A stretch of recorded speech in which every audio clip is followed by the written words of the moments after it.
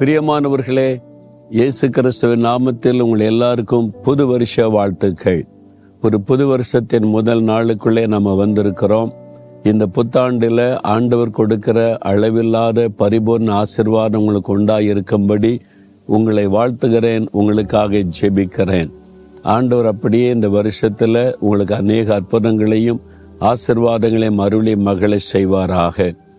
இங்கே ஒரு கழுகை பார்க்குறீங்க, அதுக்கு முன்னால் உட்கார்ந்து கொண்டு நான் பேசுகிறேன். அதில் ஒரு வசனம் எழுதியிருக்கிறது. ஏசாயா 40:31 கர்த்தருக்கு காத்திருக்கிறவர்கள் கழுகுகளைப் போல செட்டைகளை அடித்து எழும்புவார்கள். இந்த வருஷம் நீங்கள் அப்படி இருக்கணும். கர்த்தருக்கு அதிகமாக காத்திருக்கணும், ஆண்டவருக்கு அதிக நேரம் கொடுக்கணும், ஜெபிக்கணும், கழுகுகளைப் போல பலன் கொண்டு எழும்பணும். கழுகுகளைப் போல எழும்பிட்டீங்கன்னு சொன்னால் உலகத்தின் எந்த காரியங்களை மேற்கொள்ள முடியாத சுதந்திரமா மேல மேல பறக்கலாம். அதாவது தேவனோடு நெருக்கமான அனுபவத்தில் வாழ்வது. இந்த அனுபவத்தில் நீங்க வாழ உங்களை வாழ்த்துகிறேன். சரி, இந்த வருஷத்துக்கு ஆண்டவர் என்ன வாக்கு கொடுத்திருக்கிறார் அப்படின்னு சொன்னா, பரிசுத்த மத்தேயு எழுதின சுவிசேஷம் 7:7 ஆண்டவர் இயேசு சொல்லுகிறார், கேளுங்கள் அப்பொழுது உங்களுக்கு கொடுக்கப்படும், தேடுங்கள் அப்பொழுது கண்டடைவீர்கள், தட்டுங்கள் அப்பொழுது உங்களுக்கு திறக்கப்படும். 3 காரியம் ஆண்டவர் சொல்லுகிறார். கேளுங்கள், தேடுங்கள், தட்டுங்கள். நீங்க ஆண்டவரிடத்துல என்ன கேட்டாலும் இந்த வருஷத்துல எப்பவுமே ஆண்டவர் அருளி செய்வார். ஆனா விசுவாசத்தோடு கேட்கணும். விசுவாசத்தோட நீங்க கேட்கணும். இயேசுவின் நாமத்தில் கேட்கணும். உங்களுக்கு என்ன ஆசீர்வாதம் வேணும்? இந்த வருஷத்துல திருமண காரியம் பிள்ளைகளுக்கு நடக்கணும், வீடு கட்டுகிற காரியம் நடக்கணும், இந்த வருஷம் தொழில் ஆரம்பிக்கப்படணும், இந்த வருஷம் வேலைக்கு வழி திறக்கப்படணும், இந்த வருஷம் கற்பத்தின் ஆசீர்வாதம் உண்டாகணும், என் ஊழியத்தில் இந்த திட்டங்கள் நிறைவேற்றப்படணும், இந்த வருஷத்தில் ஒரு ப்ரொமோஷன் எனக்கு கிடைக்கணும், கடந்த வருஷம்லாம் தடைப்பட்டு போச்சு, இந்த வருஷத்தை நடக்கணும் அப்படின்னு நினைப்பீங்கல்ல, ஆண்டவர் அது உங்களுக்கு தரப்போகிறார்.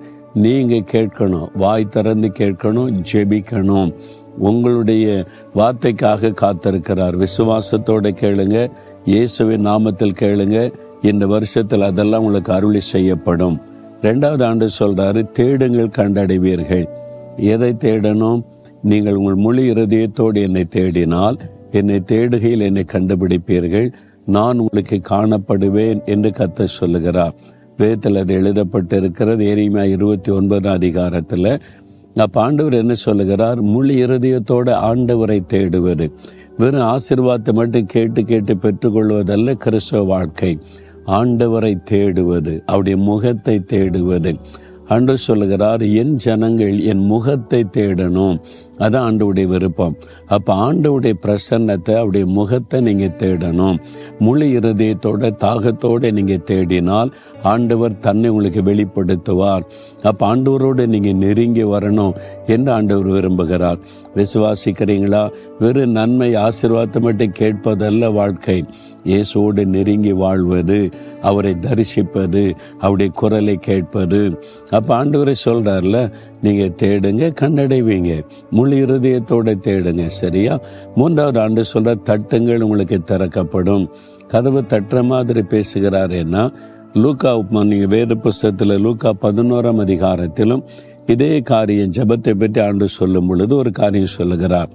ஒரு சிநேகிதன் பக்கத்து வீட்டில் இருக்கிற நண்பனிடத்துல கதவை தட்டி, நடுராத்திரியில என் நண்பன் ஒருவன் வந்திருக்கிறான், அவனுக்கு ஆகாரம் கொடுக்கணும், என்கிட்ட இல்லை, கொஞ்சம் கொடுத்து உதவி செய்ய கதவை தட்டுகிறான்.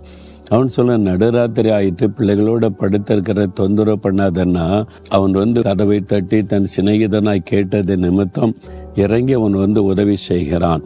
அப்ப ஆண்டவர் சொல்றாரு, மற்றவங்களுக்காக ஆண்டவருடைய கதவை தட்டணும், பரலோகத்தின் கதவை தட்டணும். சுயநலமா நமக்காக மட்டும் ஜெபிக்க கூடாது. ஆண்டவரே, எங்க தெருவில் இருக்கிற எல்லாரும் ரட்சிக்கப்படணும், என் கூட வேலை செய்கிறவங்க எல்லாம் நன்மை பெறணும், ஆசீர்வதிக்கப்படணும், என் கூட படிக்கிறவங்களுக்காக உம்முடைய கதவை தட்டுகிறேன், அவங்க ரட்சிக்கப்படணும், ஆசீர்வதிக்கப்படணும்.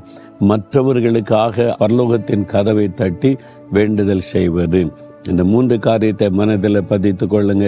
விசுவாசத்தோடு கேளுங்க, நீங்க வாய் திறந்து கேளுங்க, ஆண்டவரை தேடுங்க, அவருடைய முகத்தை தேடுங்க, மற்றவங்களுக்காக ஜெபம் பண்ணுங்க.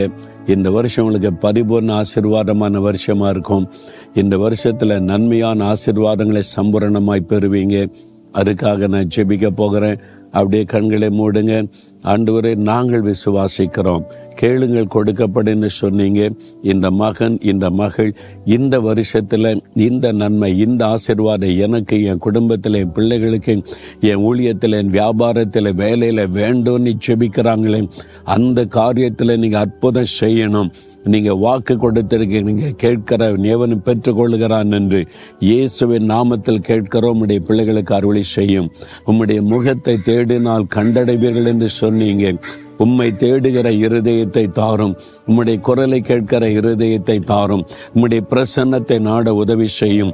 உம்மோடு நெருங்கி வாழ்கிற அனுபவத்தை ஒவ்வொருவருக்கும் தாரும். நாங்கள் மற்றவர்களுக்காக ஜெபிக்க ஒப்பு கொடுக்கிறோம்.